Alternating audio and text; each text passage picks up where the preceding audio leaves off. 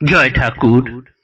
শ্রী শ্রী রামকৃষ্ণ পুঁথি দ্বিতীয় খণ্ডের অন্তর্গত তান্ত্রিক সাধনা এই অধ্যায় থেকে আমাদের পাঠ চলছে। আজ আমরা পাঠ করব পৃষ্ঠা সংখ্যা ৭৯। আজ আমরা এই পাঠের ১০তম দিন পাঠ করব। এর আগে ৯ দিন এই তান্ত্রিক সাধনা থেকে পাঠ করেছি। আজকের পাঠ আমরা করার আগে দেখে নেব এর আগের দিনের পাঠে আমরা কি পড়েছিলাম। আমরা দেখেছি যে সাধিকা ব্রাহ্মণী, যিনি ভৈরবী ব্রাহ্মণী এসেছিলেন ঠাকুরকে তন্ত্র সাধনায় সাহায্য করার জন্য, তিনি শুধু অগাধ পাণ্ডিত্যই ছিল না তার শাস্ত্র বিষয়ে, তিনি বাক সিদ্ধাও ছিলেন। তিনি যা বলতেন সেটাই হতো এবং শাস্ত্র মতে তিনি বুঝে নিয়ে তবেই সেটি বলতেন। ঠাকুরের গাত্রদাহ সম্বন্ধেও আমরা এই পরিচয় পেয়েছি। ঠাকুরের গায়ের জ্বালা কোনো মতেই কমতো না এবং তদানীন্তনকালে কলিকাতার সমস্ত রকমের ডাক্তার দেখিয়েও যখন সেই গায়ের জ্বালা কমেনি, গা গঙ্গার জলে ডুবিয়ে রাখতে হতো, সেই সময় ভৈরবী ব্রাহ্মণী এসে তাকে দেখে শাস্ত্র মতে তিনি বলেছিলেন যে ঠাকুরের এটি কোনো রোগ নয়, এটি একটি ভাবের লক্ষণ। শ্রী রাধারও এরকম গাত্রদাহ দেখা গিয়েছিল, শাস্ত্র দেখে তিনি তা বুঝিয়ে দিয়েছেন এবং এর উপায়ও আছে। বললেন তিনি যে এই উপায় যদি করা হয় তাহলে ৩ দিনের মধ্যে ঠাকুরের শরীর ঠিক হয়ে যাবে এবং সেটি হলো চন্দন লেপা এবং গোটা শরীর ফুল দিয়ে ঢেকে রাখা।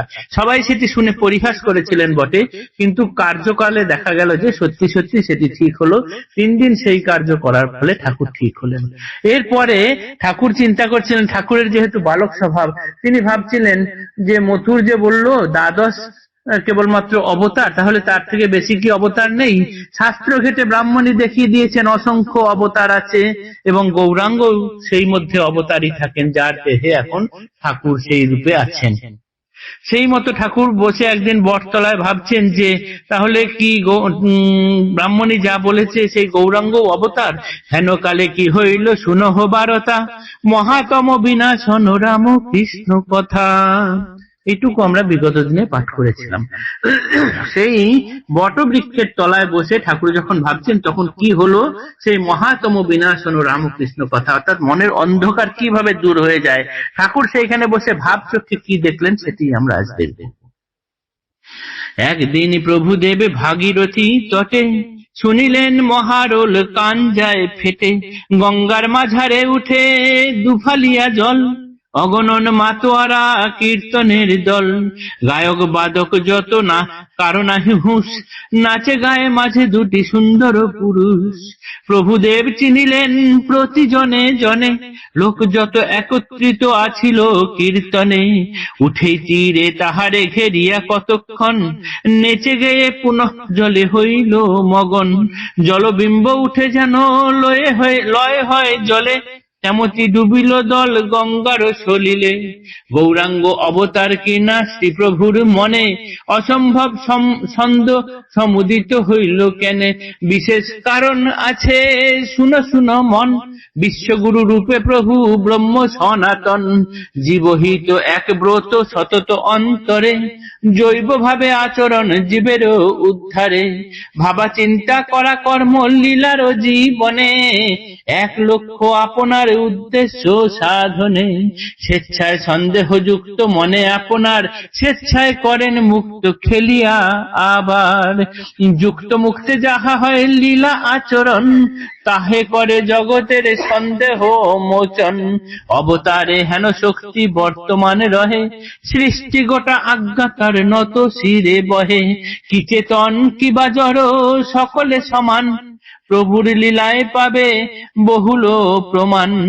সূক্ষ্ম আধ্যাত্মিক শক্তি আবর্তনে যার, ঘুরিতেছে চিরকাল সৃষ্টির সংসার, সেহেতু আচার্য রূপী অবতার গণ, শিখিয়া শিখান জীবে উদ্ধার কারণ, বিনাশিতে তমসন্দ লোচন আধার, চৈতন্য আলোকে দেখে ইষ্ট আপনার, প্রবল পাশ্চাত্য শিক্ষা এবে বর্তমানে, জড়বাদী অবতার আদতে না মানে, রামে কৃষ্ণে যদ্যপি কাহারো কিছু ভক্তি, গৌরাঙ্গ অবতারে করে ভীষণ আপত্তি, তাই লীলা ছলে করি গৌরাঙ্গ দর্শন, করিলেন জগতের সন্দেহ ভঞ্জন। ঠাকুর যেদিন বটবৃক্ষ তলায় বসে আছেন গঙ্গার তীরে, হঠাৎ দেখলেন খুব আওয়াজ, দুফালি হয়ে গঙ্গার জল ফাঁক হয়ে গেল এবং সেই তার মাঝখান থেকে একদল গায়ক বাদক উঠে এলেন, কীর্তন করছেন এবং বিভিন্ন লোকজনের মাঝখানে দুজন সুপুরুষ রয়েছেন। ঠাকুর তাদের চিনলেন এবং যারা যারা কীর্তনে ছিলেন সকলকে চিনলেন। দেখলেন গৌরাঙ্গ তার সদলবল নিয়ে কীর্তন করতে করতে উঠে এলেন জল থেকে এবং তাকে ঘিরে বহুক্ষণ কীর্তন করলেন, করে আবার সেই জলে গিয়ে মিলিয়ে গেলেন। এই কাণ্ডটা কেন ঠাকুর করলেন এবং তার মনে কেন সন্দেহ হলো যে গৌরাঙ্গ কি অবতার?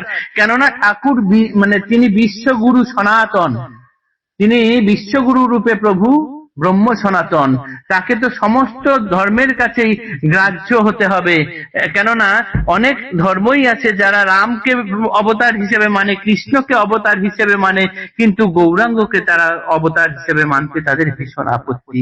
ঠাকুর তাই নিজ চক্ষে এই ভাব চক্ষে এই লীলা খেলা দর্শন করে সবাইকে জানিয়ে গেলেন যে তারও মনে সন্দেহ হয়েছিল এবং তিনি সেই সত্যটা দেখে নিলেন। এবং সেই কীর্তনের দলে কারা কারা আছে ঠাকুর তাদের প্রত্যেককে চিনতে পেরেছেন এবং তা অবতারের হেন শক্তি বর্তমান রহে, সৃষ্টি গোটা আজ্ঞা তার নত শিরে বহে। তার সমস্ত সৃষ্টিটাই তার আজ্ঞা মাথা পেতে নিয়ে চলে এবং সবার কাছে তিনি গ্রাহ্য হবেন বলেই তিনি এই এরকম লীলা খেলা দেখলেন এবং দেখে তিনি জগতের কাছে সন্দেহ ভঞ্জন করলেন। তাই লীলা ছলে করি গৌরাঙ্গ দর্শন, করিলেন জগতের সন্দেহ ভঞ্জন। আজকের পাঠ এতটুকুই থাকলো। আগামী দিনে আমরা পরের অংশ পাঠ করব। জয় ঠাকুর, নমস্কার।